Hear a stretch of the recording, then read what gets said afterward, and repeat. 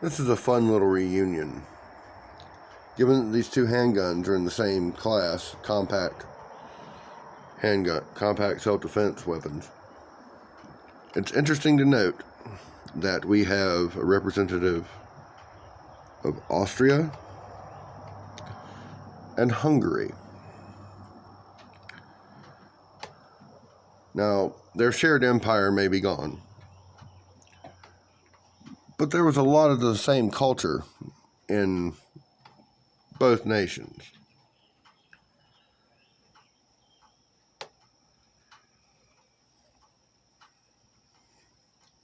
I guess I should start with the cartridges in question here. I have a loose 9mm. This is 9x19, also known as 9mm Parabellum, 9mm Luger, 9mm NATO. Probably the most popular and common cartridge on the planet. Roughly 120, 130 years after it was invented. Fine cartridge.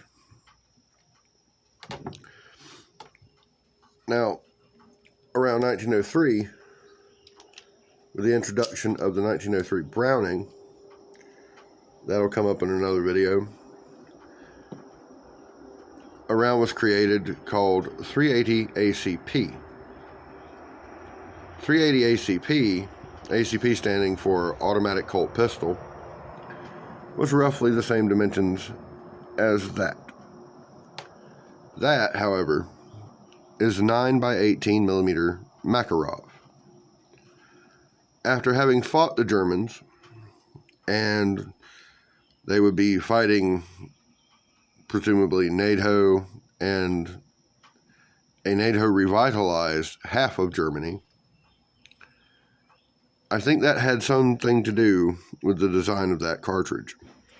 380 ACP, 9mm Kurtz for short, but bump, is just a 17mm case with a 9mm bullet about the same weight as this one. This is 124 grain. This is 85. What the Russians did in selecting their new cartridge after the war was go with one that is too long to chamber in a 380 pistol and too short to chamber in a 9mm and too fat to function properly in either gun.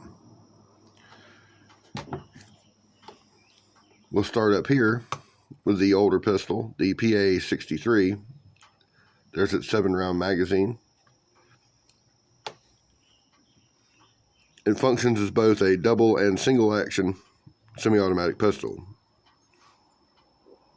For those of you that are not aware, a single action pistol can only be fired, one that is exclusively single action can only be fired with the hammer cocked. Do a little nice, easy. The only thing that hammer had to do, or the trigger had to do, a little sponge, and right there's a wall. You can get to that really quick when you're shooting this thing. The only thing a single action trigger does is release the hammer to fall and fire the weapon. A double action trigger, and watch the hammer there, it's stiff for a reason. This was meant to be carried, and if need be, you pull it out, and it's smooth, but it's heavy. It's heavy for safety, smooth for now you need it. It also features a decocker, which not only applies the safety to it, it disconnects the trigger from the rest of the mechanism, and it puts a bar up to block the fall of the hammer. So you can carry it this way. If you did need it, you just flip that off. Now you notice the trigger reset to the full size for that, and watch the trigger as I thumb back the hammer. It moves back to the single action position. This is a great little piece. I don't want to think about how many dissidents had this thing upside their head until communism failed in Europe. But yeah, this is it's a dandy little pistol. Hungary issued these up through the 80s, maybe even into the 90s, I think. PA-63 is a magnificent little handgun. This is, of course, a well-used one. Imported by, what is it? TGI, Knox, Tennessee. FEG Hungary, caliber 9x18 millimeter. The 9x18 millimeter Makarov round has far more recoil than you expect, but this is a chunk of aluminum and this is a good bit of steel, which is why these two guns weigh about the same. They're even about the same size, which puts them in the same class, despite the differences in power. Now, the Glock borrows a little bit from here and there. Gaston Glock was a knife maker, and through some connections, he found out that there was a trial for a new Austrian military pistol. Well, thought, I mean, how hard can it be, right? This is a small version of the first one he came up with, what would become the Glock 17.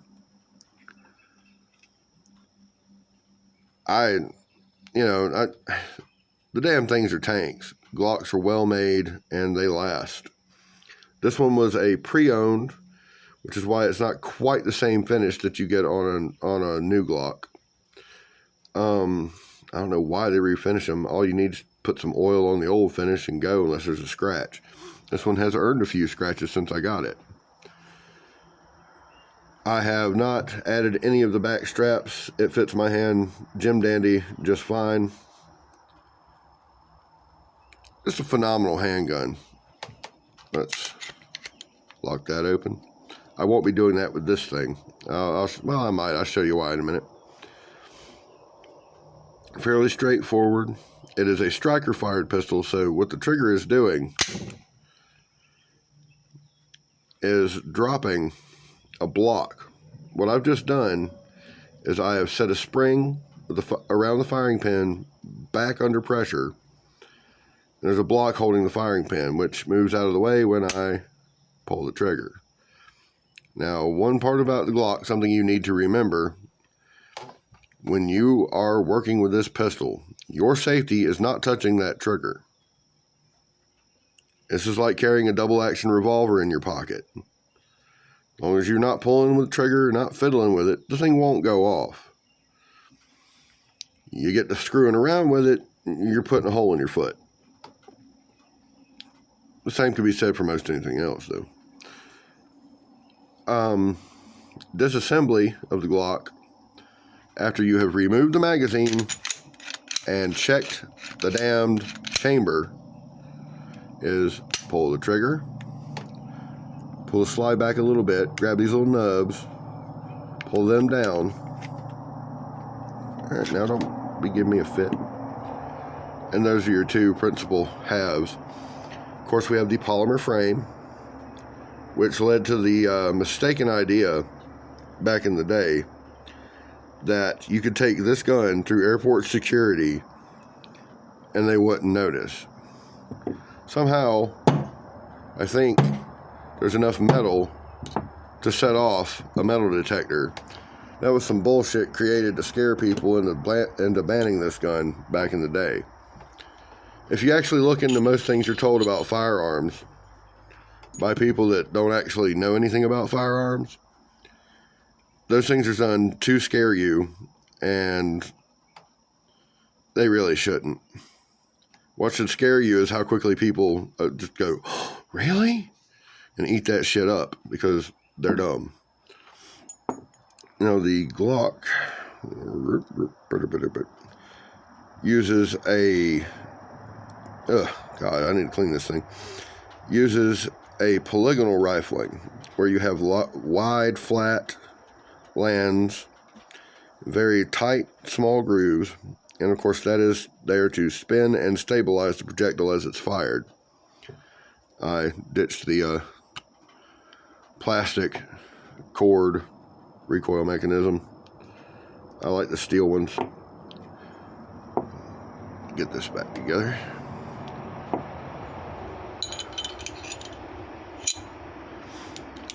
I believe they got this system here from the Browning High Power in terms of their design.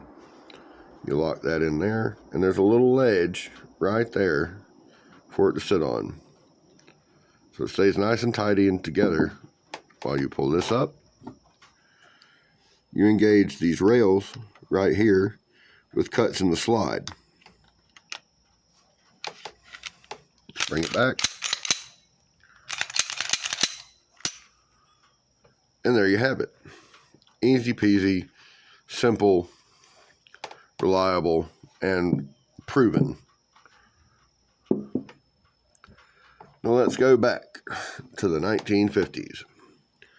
The Russians adopted the 9x18 millimeter in, I believe, 54 with the Makarov, the PM-53 or 54. I can't remember. My brain's blanking today. At any rate, you will notice there's no lever on the side to hold the bolt open. That is because it does it. These mags are old and uncooperative with hollow point ammunition in them. Good Lord. Come on now. You shoot fine. Just come out. All right, no supper for you. Anyway, one of the quirks of this handgun is when it runs dry and the slide locks open, just like it does on here. When you strip out that empty magazine, put it in the pocket, you pop in the new one, it shuts on its own. I pop that fresh magazine into here. Well, I mean, I am going to be putting it back in a holster. Let's see.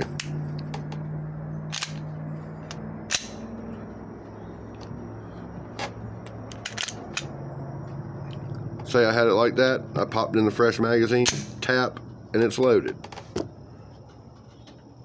Back in your holster, boy. This skips that step. Now with the Walthers, I don't know, I can't remember if they have a little tab for you to touch, but with the Walthers, when it's locked back, you have to give it a little tug and then let it go. This gun skips those steps. If I could lock this thing back manually, I'd show you, but I cannot, and this isn't wanting to cooperate. I don't want to get them out the hard way, which could lead to an accident if I do it wrong, so I'm not going to be doing that today. At any rate, disassembly of this pistol is straight up 100% the same as the Walther pistols. Unlatch this, lock it against the frame. Make sure your hammer is back, grip it, pull it to the rear, and then slide it off the front. There you have your slide assembly, firing pin, all that, your safety. Here's your recoil and return spring. There is your top of your magazine well, your hammer. Now looking down this barrel, you can see there's sections. I think the idea was you both have extra room for gases to expand behind the round, giving it more force. And you have a slightly smaller diameter section of barrel here to allow for it to squeeze it. These both improve the velocity a fair bit, if I understand right. I probably don't. It's me. But this thing, I believe Makarovs are the same procedure as well. And back into action.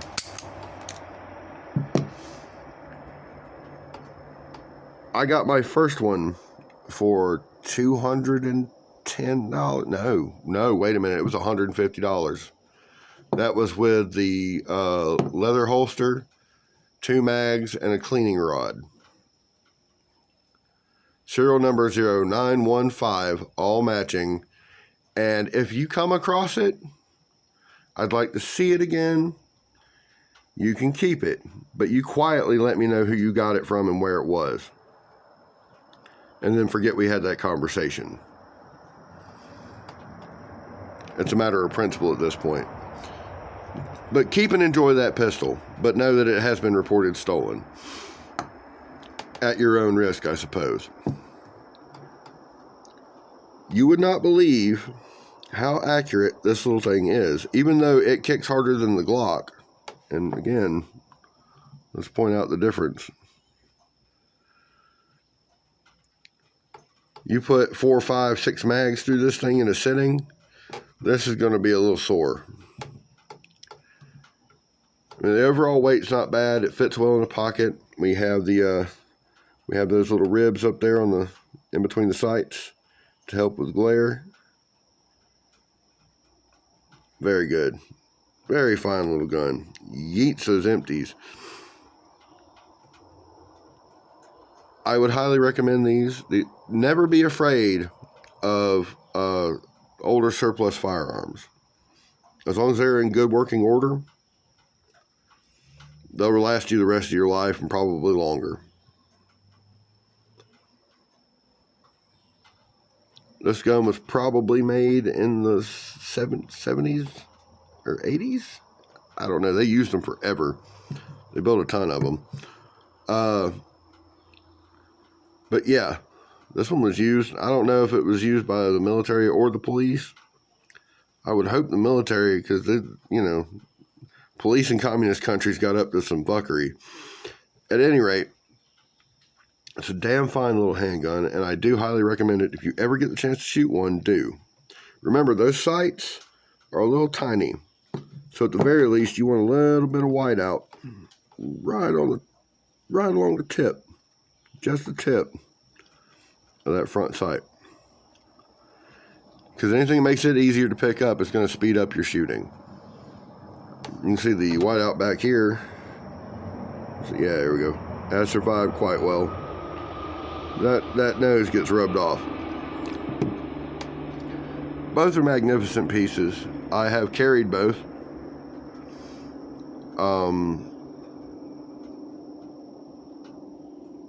You know, once you get used to the weight of either one, it's not an issue. Of the three, these two and my Makarov, I honestly prefer to carry the Makarov because it's slimmer, it's lighter, and it is fucking loud. It's the loudest handgun I own. And I mean, it's almost like having a rifle on your hip. And with its Browning ergonomics, it points very naturally, even though the grip's goofy feeling as shit. But anyway, I'm done ranting and raving. I'm going to get this stuff squared away and packed up. Get it ready to tote back home when time comes. But, yeah. I'll tell you something else. If you see one of these in a store, and Bursa makes one that looks like this, and I'm not knocking Bursas, they have the craziest sound. When you rack the slide, it sounds like somebody's moving like two heavy pieces of vinyl across one another. It's crazy. But the PA-63 is one of the most natural feeling handguns you will ever hold. I mean, look. Boop. And even with this thumb rest, left-hand shooting with this thing is not impossible. Although working at safety might be a bitch.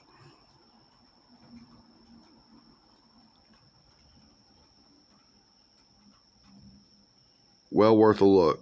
If you find one and the money's right, and right money is under $300, snatch it up. You will not be disappointed. You might be a little bruised after the first couple of range sessions, but you'll get over it.